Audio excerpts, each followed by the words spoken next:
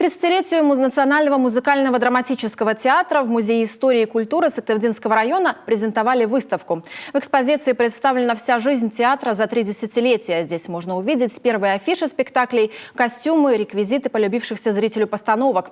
За столько лет единственным в республике коми-театром было поставлено более 100 спектаклей и концертов.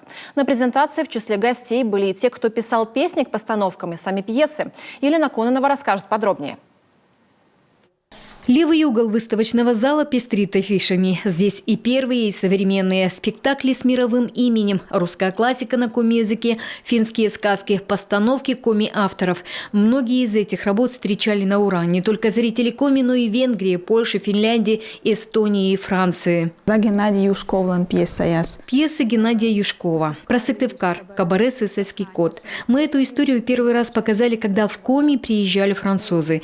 Леди Капулетти – этакий отсыл к Шекспиру, сказки коми-авторов. Коми-фолк – это новая концертная программа, которую мы сделали совместно с финнами, но на основе коми-народной музыки. Современные платья, малицы, средневековые костюмы и наряды сказочных персонажей. Босоножки на шпильке соседствуют с лаптями. Здесь же на столе бутафорская еда. По реквизитам можно узнать тот или иной спектакль. Например, вот этот водный транспорт многие знают из «Нового капитана».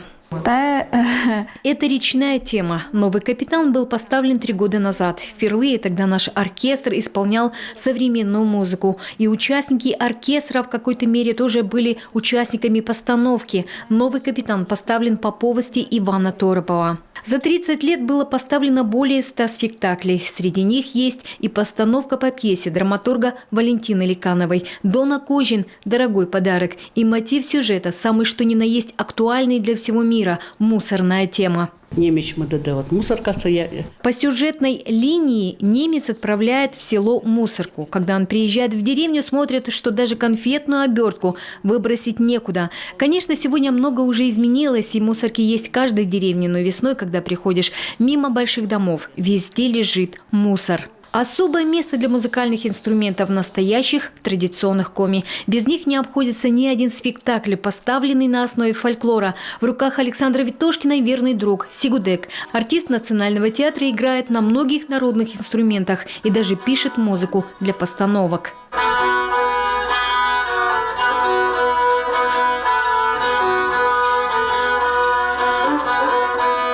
Кстати, в театре Александр с самого основания. Пришел сюда после армии в 92-м. Помнит, как с самого начала постановки собирали полный зал зрителей, как, собственно, и сегодня. Я постепенно включался в эту работу в театральную, да, и постепенно выходил как вспомогательный состав.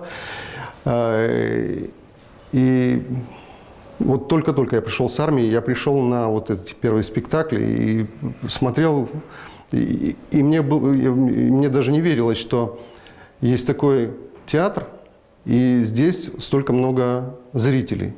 Потому что вот тогда еще старый зал, зрительный зал областного совета профсоюзов, он был ровный такой, и длиннее и больше зрительный зал был. Он был практически заполнен. Среди гостей выставки композиторы. Их музыка и песни часто звучат на сцене Национального театра. Лирические произведения Михаила Аверина, например, не раз украшали концерты. Сам композитор старается следить за творчеством театра. Не только смотрит премьеры, но и новые музыкальные форматы театра, так называемые квартирники. Кажется, мы вот ваши песни остилованы коми к вылову жедеман. Мне нравится, что они переводят русские песни на коми. Мы в молодости так делали. Помните Алешкину «Любовь»? Говорят, что некрасиво, некрасиво, некрасиво. Отбивают девчонок. Ну, помните, да, Алешкина «Любовь». Вот мы переводим там. Висталена, абумича, абумича, абумича. Другая сыдлись, другая смырдявны. Выставка размещается сразу в 2 залах. Это только малая толика того, что за 3 десятка лет наработал театр. Но этого вполне достаточно, чтобы увидеть, как рос, развивался театр и за что его так любит зритель. Елена Кононова, Олег Жуковский, телеканал Юрган, Сыктывдинский район.